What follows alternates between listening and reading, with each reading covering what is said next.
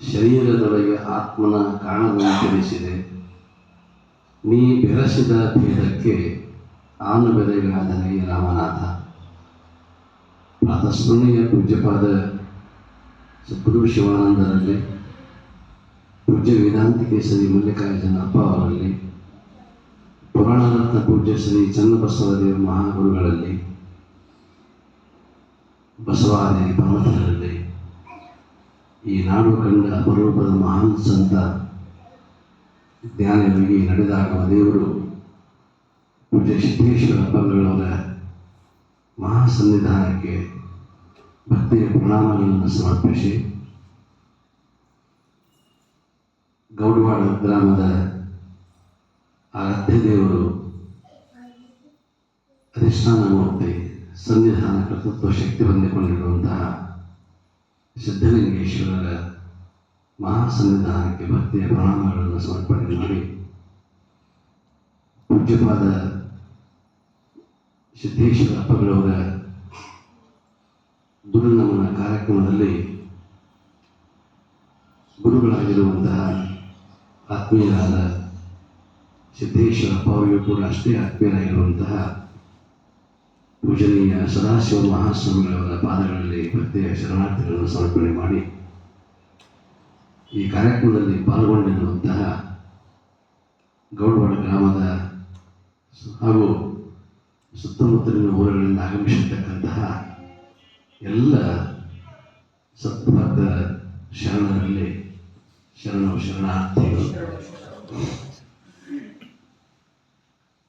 ಮಾನವನ ಜೀವನ ಪವಿತ್ರವಾಗುವುದು ಶರಣರ ಸಂಘದಿಂದ, ಸತ್ಸಂಗದಿಂದ. ಯಾವಾಗಲೂ ಕೂಡ ಮನುಷ್ಯನಿಗೆ ದುಃಖ ಅನ್ನುವಂಥದ್ದು ಬಿಟ್ಟಿಲ್ಲ. ಆ ದುಃಖವನ್ನು ಕಳೆದುಕೊಳ್ಳಬೇಕಾಗಿತ್ತು ಅಂತಂದರೆ ಆಯಾ ಕಾಲಘಟ್ಟದಲ್ಲಿ ಮಹಾತ್ಮರು ಅವತಾರ ತೊಟ್ಕೊಂಡು ಬಂದು ನಮ್ಮ ಉದ್ಧಾರಕ್ಕೋಸ್ಕರವಾಗಿ ತಮ್ಮನ್ನು ತಾವು ಸಮರ್ಪಿಸಿಕೊಂಡು ದೇವ ಸ್ವರೂಪರಾಗಿ ನಮ್ಮನ್ನು ಕೂಡ ದೇವ ಸ್ವರೂಪರನ್ನಾಗಿ ಮಾಡ್ತಕ್ಕಂತಹ ಕಾರ್ಯವನ್ನು ಮಾಡಲಿಕ್ಕೆ ಭಗವಂತನೇ ತಾನೇ ಹರನೇ ತಾನಾಗಿ ಬರುವ ಗುರುವಾಗಿ ಜಗದೊಳಗೆ ನೆರೆವ ಅಂತ ತಿಳ್ಕೊಂಡು ಕವಿಗಳು ಹೇಳ್ತಾರೆ. ಆ ರೀತಿಯಲ್ಲಿ ಆಯಾಯ ಕಾಲದಲ್ಲಿ ಏನೋ ಒಂದು ಕಾಲದಲ್ಲಿ ಸಾವಿರಾರು ವರ್ಷಗಳ ಹಿಂದೆ ಋಷಿಮುನಿಗಳು ಆಗಿ ಹೋದರು. ಎಂಥ ಅದ್ಭುತವಾಗಿರ್ತಕ್ಕಂಥ ಉಪನಿಷತ್ತುಗಳನ್ನು ಕೊಟ್ಟು ಹೋದರು. ಅಲ್ಲಿ ಬರೀ ತತ್ವಜ್ಞಾನ, ಬರೀ ಆತ್ಮಚಿಂತನೆ, ಹೊರಗಿನ ಯಾವುದೇ ಬಹಿರಂಗದ ಆಡಂಬರದ ಜೀವನಕ್ಕೆ ಅವರು ಯಾವಾಗಲೂ ಕೂಡ ಬೆಲೆಯನ್ನು ಕೊಡಲಿಲ್ಲ. ಅಂತರಂಗದಲ್ಲಿ ಅನುಸಂಧಾನವನ್ನು ಮಾಡುವಂತಹ ಆತ್ಮ ಸಾಕ್ಷಾತ್ಕಾರವನ್ನು ಮಾಡಿಕೊಳ್ಳೋಕ್ಕೆ ಏನು ಸಾಧ್ಯವೋ ಅದನ್ನು ಅವರು ಮಾಡಿಕೊಂಡು ಹೋದರು.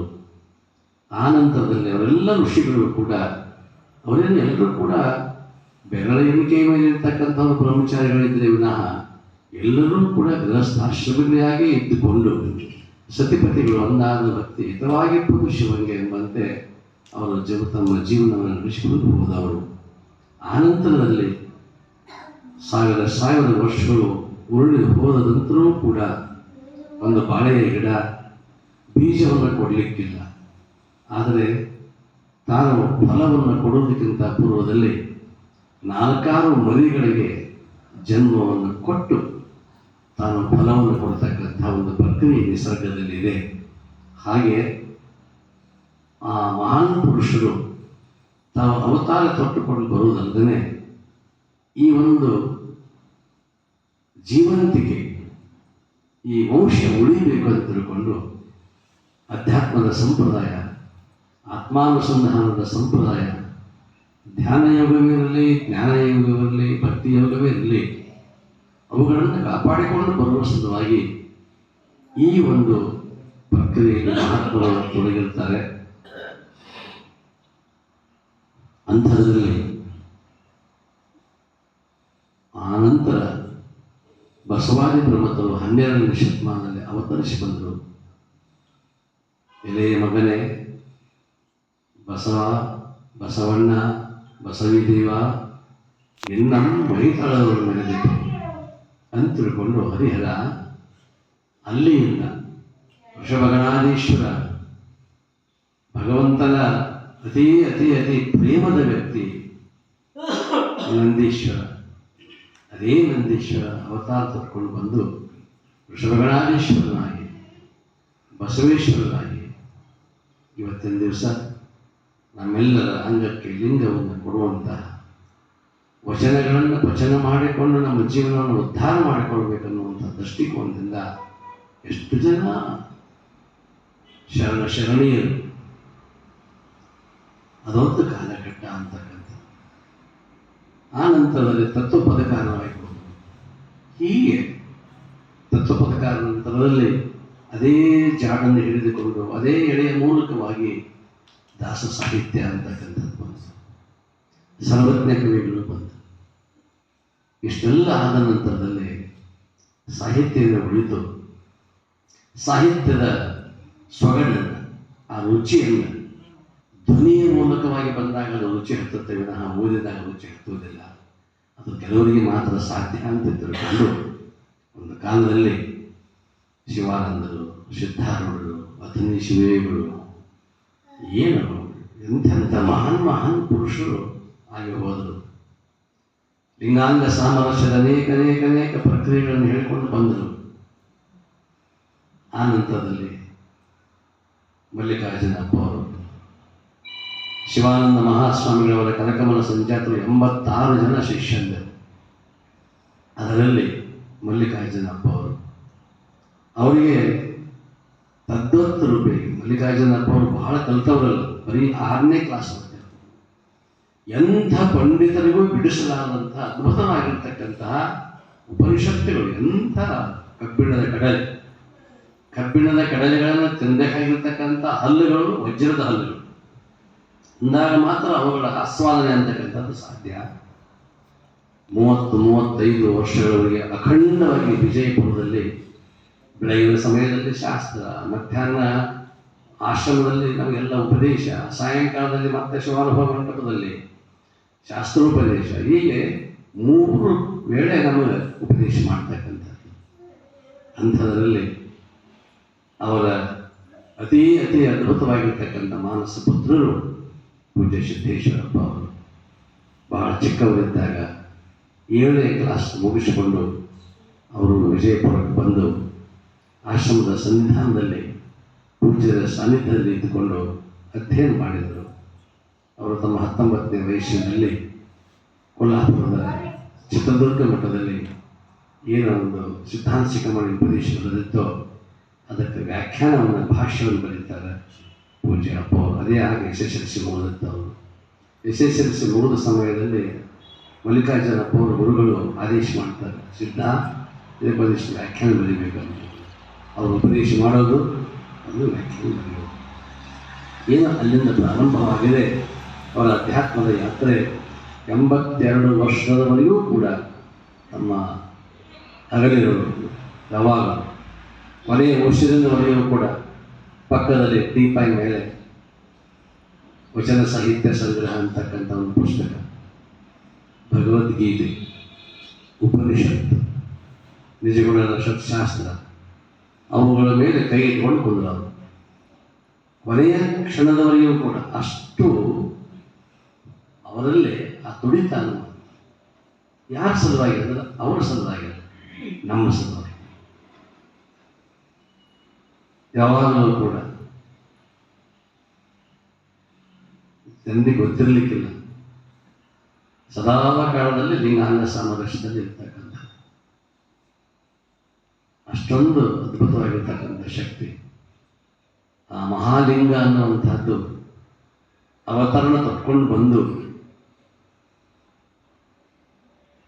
ಅಷ್ಟಾವರಣವೇ ಅಂಗ, ಪಂಚಾಚಾರವೇ ಪ್ರಾಣ, ಷಟಸ್ಥರವೇ ಆತ್ಮ, ಈ ಸಿದ್ಧಾಂತವನ್ನು ಬೋಧಿಸುವಾಗ ಎಂಥವರಿಗೂ ಸಾಧ್ಯ ಇಲ್ಲ ಆದರೆ ಆ ಷಟಸ್ಥಲವನ್ನು ಬಿಡಿಸಬೇಕು. ಅಷ್ಟು ಅದ್ಭುತವಾಗಿರ್ತಕ್ಕಂಥ ಒಂದು ಶಕ್ತಿ ಅಂತಕ್ಕಂಥದ್ದು ಅವರಲ್ಲಿತ್ತು. ಅಂಥ ಮಹಾನ್ ಭಾವರು ಅವರೇ ಮಹಾಲಿಂಗದ ರೂಪವೇ ಆಗಿದ್ದರಿಂದ ಅದನ್ನು ವರ್ಣನೆ ಮಾಡಲಿಕ್ಕೆ ಅವರಿಗೇನು ಸಾಧ್ಯ ಇರಲಿಲ್ಲ. ಯಾಕಂದ್ರೆ ಲಿಂಗ ಸ್ವರೂಪವೇ ಅವ್ರು ಯಾವಾಗಲೂ ಕೂಡ ಲಿಂಗ ಮೆಚ್ಚಿ ಔದೌದೆನ್ನಬೇಕು. ಅದು ಲಿಂಗ ಮೆಚ್ಚಿ ಔದೌದೆನ್ನಬೇಕು, ಆದರೆ ಲಿಂಗದ ನುಡಿಗಳೇ ಅವು ಆಗಿದೆ. ಲಿಂಗ ಮೆಚ್ಚಿ ಔದೌದೆನ್ನಬೇಕು ಅಂತಂದಾಗ ನಮ್ಮ ನುಡಿಗಳ ಬಗ್ಗೆ ಶರಣರು ಹೇಳಿದರು, ಬಸವಣ್ಣನವರು ಹೇಳಿದರು. ಆದರೆ ಅಪ್ಪ ಅವರು ಒಂದೊಂದು ಮಾತುಗಳೇ ಲಿಂಗ ನುಡಿಗಳು. ಆ ಮಾತುಗಳೇ ಅಂತ ಯಾವಾಗಲೂ ಕೂಡ ಅಂತಿಂಥ ಮಾತುಗಳಿಂದ ಯಾವಾಗಲೂ ಕೂಡ ಮಾತಾಡಿದ್ರು. ಏನು ಮಾತಾಡಿದ್ರು? ಯಾವಾಗಲೂ ಕೂಡ ಚಿಂತನೆಗೆ ಹತ್ತಿತ್ತು. ಪ್ರಸಾದ ಕೂತಾಗ ಚಿಂತನೆ, ವಾಕಿಂಗ್ ಮಾಡುವಾಗ ಚಿಂತನೆ, ಯಾರ್ಯಾರು ಯಾವ್ಯಾವ ಕ್ಷೇತ್ರದಿಂದ ಬರ್ತಾರೆ ಆಯಾ ಕ್ಷೇತ್ರದ ಮಾತುಗಳನ್ನೇ ಅವರು ಆಡ್ತಿದ್ರು. ವೈದ್ಯಕೀಯ ಕ್ಷೇತ್ರದವರು ಬಂದರೆ ವೈದ್ಯಕೀಯ ಕ್ಷೇತ್ರದ ಎಷ್ಟು ಸಾಧನೆ ಆಗಿದೆ. ಬಹುತೇಕ ಜಗತ್ಪ್ರಸಿದ್ಧರಾಗಿರ್ತಕ್ಕಂಥ ವೈದ್ಯ ವಿಜ್ಞಾನಿ ಸರ್ಜನ್ ನಾಗಲೂಟ್ ಮಠರು ಅಂಥ ವೈದ್ಯ ವಿಜ್ಞಾನಿಗಳು. ಅಂಥವ್ರು ಬಂದರೆ ಅವರಿಗೆ ಮಿಕ್ಕಿರ್ತಕ್ಕಂಥ ಚರ್ಚೆಯಿಂದ ಅಪ್ಪಗಳು ಅವ್ರ ಜೊತೆಗೆ ಮಾಡ್ತಿದ್ರು. ಅವಾಗ ನಾಗಲೂಟ್ ಮಠ ಅಂತಿದ್ರು, ಅಪ್ಪ ಅವರ ಈ ವಿಷಯ ನಮಗೆ ತಿಳಿದೇ ಇಲ್ಲಲ್ಲ. ಅಪ್ಪಗಳು ವೈದ್ಯರಲ್ಲ, ವೈದ್ಯಕೀಯ ಕ್ಷೇತ್ರಕ್ಕೆ ಮಿಕ್ಕಿರ್ತಕ್ಕಂಥ ಅದಕ್ಕೂ ಮೀರಿರ್ತಕ್ಕಂಥ ವಿಚಾರಗಳನ್ನ ನಾಗಲೋಟ ಮಾಡ್ತಾರೆ. ಈ ದೇಶದ ಅದ್ಭುತವಾಗಿರ್ತಕ್ಕಂಥ ಆದರ್ಶ ಬಸವನ ಆದರ್ಶವನ್ನು ನೋಡಬೇಕು. ನಾಗಲೋಟ ಮಾಡ್ತಾರೆ ಹಣ್ಣಿ ಮೇಲೆ ನೋಡು. ಏನು ಅವರು ಸಾದಾಸೀದ ವೇಷಭೂಷಣ, ಸಮಾನಶೀಲೆ ವಿಶ್ಲೇಷ ಸಖ್ಯಂ ಅನ್ನೋದಂತೆ ಇವರು ಹಾಗೆ. ಅವರು ಯಾಕೆ ಮಾತನ್ನು ಹೇಳಬೇಕಾಯ್ತು ಅಂತಂತಂದ್ರೆ, ವೈದ್ಯಕೀಯ ಕ್ಷೇತ್ರಕ್ಕೆ ಬಂದಾಗ ಹಾಗೆ, ವಿಜ್ಞಾನ ಕ್ಷೇತ್ರಕ್ಕೆ ಬಂದಾಗ ವಿಜ್ಞಾನ ಕ್ಷೇತ್ರದಲ್ಲಿ ಎಷ್ಟು ಎಷ್ಟು ಮುಂದುವರೆದ ಈ ದೇಶ ಅಲ್ಲ, ಜಗತ್ತಿನಲ್ಲಿ ಏನೇನು ವಿಜ್ಞಾನದ ಆವಿಷ್ಕಾರವಾಗಿ ಹೋಗಿರುತ್ತೆ. ನ್ಯೂಟನ್ ಇರಲಿ, ಐನ್ಸ್ಟೀನ್ ಇರಲಿ, ಯಾವುದೇ ವಿಜ್ಞಾನಿಗಳು ಅವರಿಗಿಂತಲೂ ಮಿಗಿಲಾಗಿರ್ತಕ್ಕಂಥ ಜ್ಞಾನ ಅವರಿಗೆ. ಇನ್ನು ಕಾನೂನು ಶಾಸ್ತ್ರದಲ್ಲಿ, ಲಾ ಕಾನೂನಿನಲ್ಲಿ ಯಾವ ನ್ಯಾಯಾಧೀಶರು ಗೊತ್ತಿರಲಿಕ್ಕಿಲ್ಲ ಅಂಥ ಜ್ಞಾನ. ಒಂದ್ಸಲ ಎಲ್ಲ ವಕೀಲರ ಸಂಘದ್ದು ನ್ಯಾಯಾಧೀಶರು ಒಂದು ಸಮ್ಮೇಳನ, ಅವತ್ತು ಮಾತಾಡಿದಾಗ ಇರ್ತಕ್ಕಂಥ ಎಲ್ಲ ನ್ಯಾಯಾಧೀಶರಿಗೆ ಅನಿಸ್ತು, ಈ ವಿಷಯ ನಮಗೆ ಗೊತ್ತಿಲ್ಲವಲ್ಲ. ಕಾನೂನು ಓದಿದವರಲ್ಲ, ಓದಿರದೆ ಬರುವುದಲ್ಲ, ಸ್ವತಃ ಅವರೇ ಆ ವಿಷಯ ಆಗಿತ್ತು. ಇನ್ನು ಖಗೋಳಶಾಸ್ತ್ರಕ್ಕೆ ಹೋದರು, ಏನು ಯಾರಿಗೂ ಗೊತ್ತಿರಲಿ. ಗೆಲಿಲಿಯೋ ಸಹಿತ ಇವರು ಮುಂದೆ ಗೆಲ್ಲುವುದಾಗುವುದು. ಗೆಲಿಲಿಯೋ ದೂರದರ್ಶಕ ಕಂಡು ಹಿಡಿದಿರ್ತಕ್ಕಂಥ ಗೆಲಿಲಿಯೋ ಇಂಥ ಮಹಾನ್ ಜ್ಞಾನಿಗಳು ವಿಜ್ಞಾನಿಗಳು ಆಗಿ ಹೋಗಿದ್ದರೂ ಕೂಡ ಅದಕ್ಕಿಂತಲೂ ಮಿಕ್ಕಿರ್ತಕ್ಕಂಥ ಜ್ಞಾನ ಅವರಲ್ಲಿ ಇತ್ತು ಅಂತಂದರೆ, ಒಬ್ಬರು ಹೇಳ್ತಿದ್ರು, ವೇದ ಗಣಿತ ಹೇಳಕ್ಕೆ ಬಂದಿದ್ದೊಬ್ರು ಸುಮ್ಮನೆ ಮಾತಾಡ್ಲಿಕ್ಕೆ ಚರ್ಚೆ ಮಾಡಕ್ಕೆ ಬಂದಿದ್ರು. ಯರಗಟ್ಟಿ ಪ್ರವಚನ ಇತ್ತು, ಅಲ್ಲಿ ಸೌದತ್ತಿ ತಾಲೂಕು ಯರಗಟ್ಟಿ ತನಿಕೋಳದಲ್ಲಿ ಇದ್ದೀವಿ. ಅವಾಗ ವೇದ ವಿಜ್ಞಾನವನ್ನು ಹೇಳ್ತಕ್ಕಂಥ ವೇದ ಗಣಿತವನ್ನು ಬಿಡಿಸುವಾಗ ಅವರು ಹೇಳಿದರು, ಇದು ಸಾಮಾನ್ಯ ವ್ಯಕ್ತಿ ಅಲ್ಲ, ಗಣಿತದಲ್ಲಂತೂ ಅದ್ಭುತವಾಗಿರ್ತಕ್ಕಂಥ ತತ್ವಶಾಸ್ತ್ರ ನಿಂತದ್ದೇ ಗಣಿತದ ಮೇಲೆ. ಶೂನ್ಯ ಅಂದ್ರೆ ಏನು, ಸೊನ್ನೆ ಅಂದ್ರೆ ಏನು, ಜೀರೋ.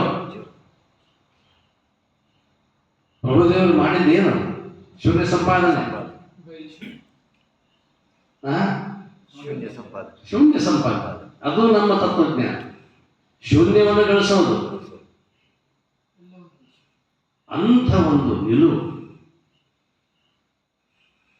ಅಷ್ಟು ಅದ್ಭುತವಾಗಿರ್ತಕ್ಕಂಥ ಗಣಿತ ಶಾಸ್ತ್ರ. ಎಷ್ಟು ಹೇಳಿದ್ರು ಕೂಡ ಬಹಳ ದೊಡ್ಡದು ಸಾಗರ, ಮಹಾಸಾಗರ.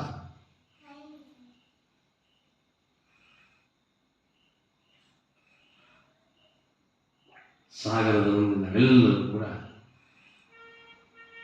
ಆದರೆ ಅಂಥ ಮಹಾನ್ ಸಾಗರೂಪರಾಗಿರ್ತಕ್ಕಂಥ ಅವರನ್ನು ಬೇರೆ ಯಾರ್ಯಾರು ಹೋಲಿಕೆ ಕೊಡ್ಲಿಕ್ಕೆ ಆಗುವುದಿಲ್ಲ. ಅವೆಲ್ಲ ನಮ್ಮ ಬುದ್ಧಿ ಅಷ್ಟೇ ಇರ್ತದೆ. ಸ್ವಾಮಿ ವಿವೇಕಾನಂದರು ಅಥವಾ ಇನ್ಯಾರೋ ಯಾರೋ ಏನೋ ಅಂತೀವಿ.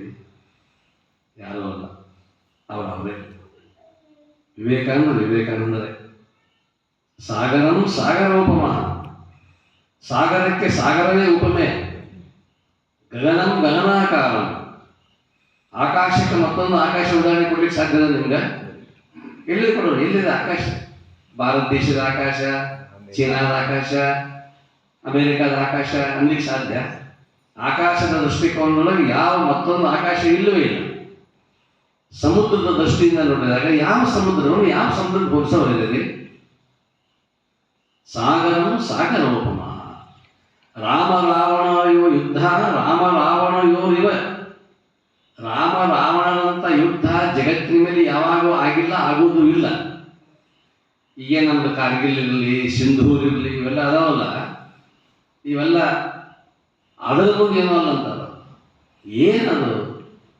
ರಾಮ ಎಂಥವನು, ರಾವಣ ಎಂಥವನು.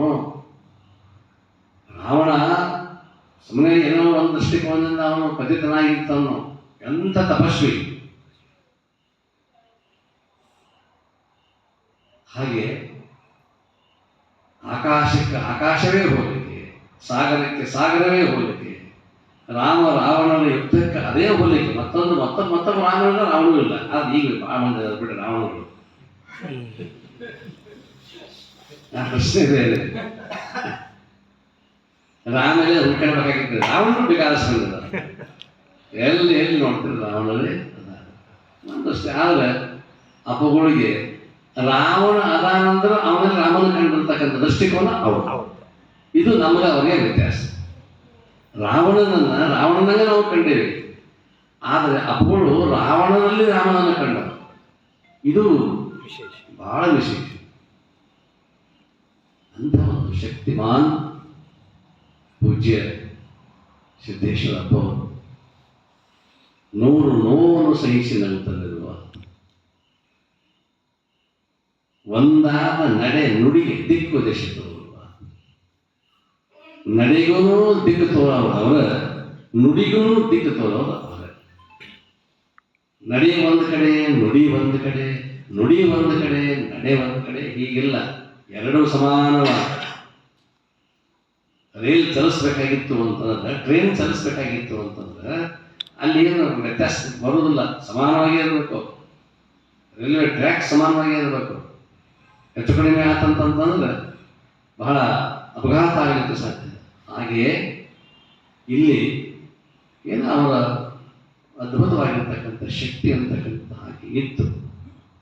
ನಡೆ ನುಡಿ, ಆ ನಡೆ ನುಡಿಗಳಿಗೆ ನುಡಿ ಹಿಂಗಿರ್ಬೇಕು, ನಡೆ ಹಿಂಗಿರ್ಬೇಕು ಅನ್ನುವಂಥ ದಿಕ್ಕನ್ನು ತೋರಿಸುವಂತಹ ಮಹಾನ್ ಪುರುಷ.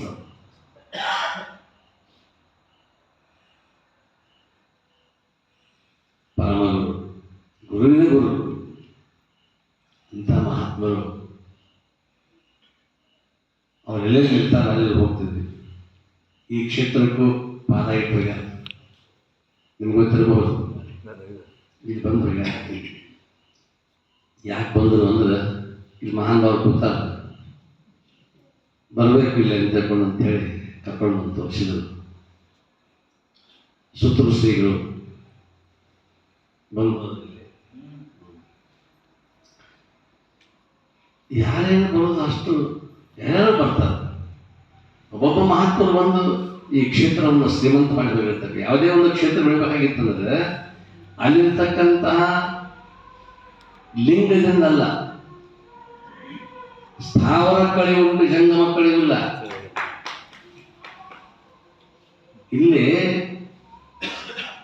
ಜಂಗಮ ಅಂತಂತಂದ್ರೆ ಜ್ಞಾನದವನ್ನು ಬಿತ್ತರ ಮಾಡ್ತಕ್ಕಂಥವ್ರು, ಆ ಲಿಂಗಕ್ಕೂ ಕೂಡ ಸಂಸ್ಕಾರ ಕೊಡ್ತಕ್ಕಂಥವ್ರು ಜಂಗಮ ಜ್ಞಾನಿ. ಅಂತಹ ಒಂದು ದೊಡ್ಡ ಶಕ್ತಿ. ಹಲವು ಮಾತೆಯನ್ನು ನೀನು ಒಲಿದು ಪಾದವನ್ನಿಟ್ಟನಲ್ಲವೇ ಸುಕ್ಷೇತ್ರ, ಜಲವೇ ಪಾವನ ತೀರ್ಥ. ಇಲ್ಲೇ ಹರದಾಳ ನಂಗೆ ಸುಲಭ ಶ್ರೀ ಗುರುವೇ ಕೃಪೆಯಾಗು. ಬಸವಲಿಂಗ ಶರಣರು ಎಷ್ಟು ಚಂದ ಅದ, ಸುಲಭ ಶ್ರೀ ಗುರುವೇ. ಅದಕ್ಕೆ ನಿಜಗೊಂಡು ನಿರಾಭಾರಿ ಸದ್ಗುರುವಿನ ನನ್ನ ಮಾನಸದಲ್ಲಿ ಅಂತ ಅವರನ್ನು ನನ್ನ ಮನಸ್ಸಿನೊಳಗೆ ಸಾಧಾರಿ ಇರಬಾರ್ದು. ನಿರಾಭಾರಿ ಸದ್ಗುರುವಿನ ಮಾನಸ, ನಿರಾಭಾರಿ ಅದು ಬೇಕು ಇದು ಬೇಕು ಹಾಗಾಗಬೇಕು ಹೀಗಾಗಬೇಕು ಅದು ಇದು ಏನು ಸಂಸಾರ ಏನು ಚಿಂತೆ ಆಗಿಲ್ಲ. ನಿರಾಭಾರಿ ಸದ್ಗುರುವಿರಲಿ ಎಂದ ಮಾನಸದಲ್ಲಿ ಅಂತ ಮಹಾನ್ ಪುರುಷರು ಸಿದ್ದೇಶ್ವರಪ್ಪ ಅವರು ಎಲ್ಲೆಲ್ಲಿ ಇರ್ತಿದ್ರು ಅಲ್ಲಿ ನೀವೆಲ್ಲ ಹೋಗ್ತಿದ್ವಿ. ಎಲ್ಲೆಲ್ಲಿ ಪ್ರವಚನ ಮಾಡ್ತಿರ್ತಾರೆ ಆ ಜಾಗ ನೋಡಿದಂಗಾಯ್ತು, ಅವ್ರ ದರ್ಶನ ಮಾಡ್ಕೊಂಡಂಗಾಯ್ತು, ಒಂದಿಷ್ಟು ಪ್ರಸಾದ ತೊಗೊಂಡು ಬರೋದು, ಅವ್ರ ನುಡಿಗಳನ್ನು ಕೇಳೋದು, ಅಲ್ಲಿ ಇರೋದು, ಹಾಗೆ ಮಾಡ್ತಿದ್ವಿ. ಈಗ ಅವರಿಲ್ಲ, ಇಲ್ಲನು ಅದಾರನು ಇಲ್ಲ. ಅನಿರ್ವಚನೀಯ, ಹೇಳಕ್ಕೆ ಬರೋದಿಲ್ಲ. ಇಲ್ಲಂತೀರ ಅದಾರಂತೀರ ಇಲ್ಲ, ಅದಾರ ಇಲ್ಲ, ಇಲ್ಲ ಅದಾರ ಅಂದ್ರೆ ಹೇಳಕ್ ಬರುದಿಲ್ಲ. ಹೇಳಕ್ ಬರುದಿಲ್ಲ ಅಂದ್ರೆ ಅನಿರ್ವಚನೀಯ. ಪರಮಾತ್ಮನು ಅನಿರ್ವಚನೀಯ, ಹೇಳಿಕ್ ಹಿಂಗಾದಂತ ಯಾಕೆ ಹೇಳೋದು? ಹೇಳಿಕ್ ಬರೋದಿಲ್ಲ. ಹಾಗೆ ಅವರ ವ್ಯಕ್ತಿತ್ವ ಅನಿರ್ವಚನೀಯವಾಗಿತ್ತು. ಹೇಳಕ್ಕೆ ಮಾತು ಮನಾಂಗಳಿಂದ ಅರ್ಥರ್ಥ ಮೀರಿದೆ. ಅಂಥ ಅದ್ಭುತ ಶಕ್ತಿ ಅವ್ರದಿತ್ತು.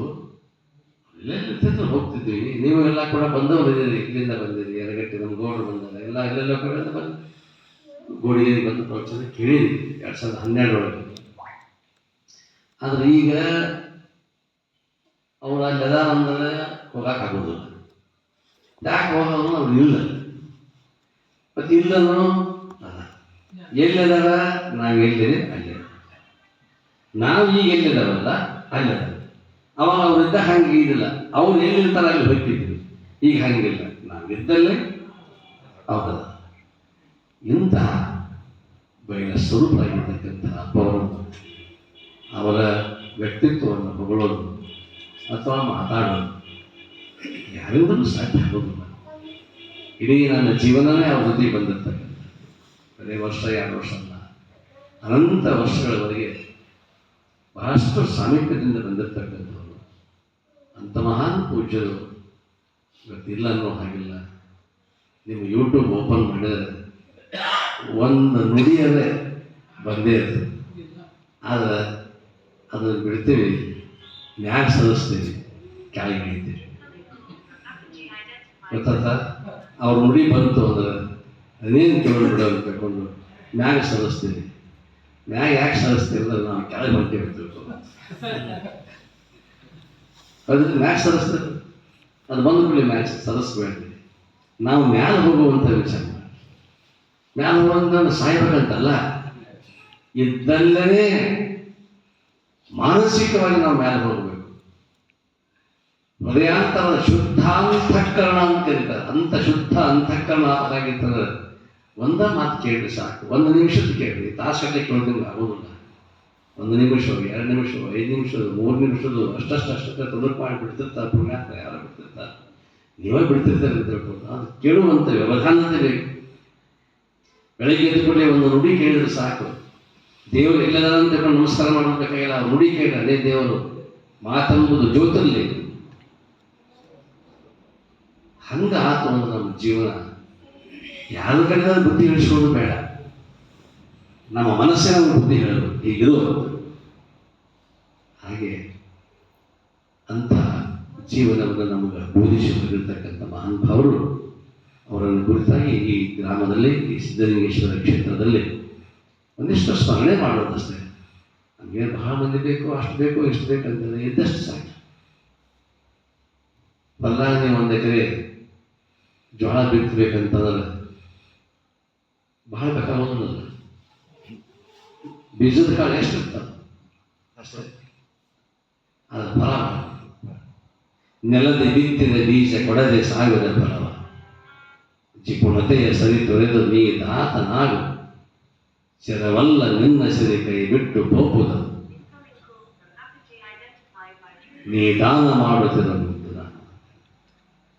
ಹಾಗೆ ಅಪ್ಪವರು ನಡೆ ಕಲಿಸಿದರು, ನುಡಿ ಕಲಿಸಿದರು. ಬಸವಣ್ಣ ಅಂತೀರ ಬಸವಣ್ಣ, ಅಲ್ಲಮ್ಮ ಅಂತೀರ ಅಲ್ಲಮ್ಮ, ಅಕ್ಕ ಮಾದೇವಿ ಅಂತೀರ ಅಕ್ಕ ಮಾದೇವಿ, ಬುದ್ಧ ಅಂತೀರ ಬುದ್ಧ, ಮಾವೀರ ಅಂತೀರ ಏನು ಅನ್ಕೋ, ಏನು ಅವ್ರಿಗೆ ಯಾವ ಹೆಸರಿಟ್ಟರೂ ಕಡೆ ಅಂತ ಅವರ ಅಂತಃಕರಣ ಜ್ಯೋತಿ ನಮ್ಮೆಲ್ಲರಿಗೂ ನಮ್ಮ ಬುದ್ಧಿಗೆ ಪ್ರಕಾಶವನ್ನು ಇನ್ನಷ್ಟು ಕೊಟ್ಟು ನಮ್ಮನ್ನು ಕೂಡ ಉದ್ಧರಿಸಲಿರ್ತಕ್ಕಂಥ ಮಾತುಗಳನ್ನು ಹೇಳ್ತಾ ಇಷ್ಟು ಮಾತುಗಳನ್ನು ಅವರ ಪಾದಗಳಿಗೆ ಸಮರ್ಪಿಸಿ ನನ್ನ ಮಾತಿಗೆ ವಿರಾಮ ಕೊಡ್ತೇನೆ. ಎಲ್ಲರಿಗೂ ಶರಣು ಶರಣಾರ್ಥಿಗಳು.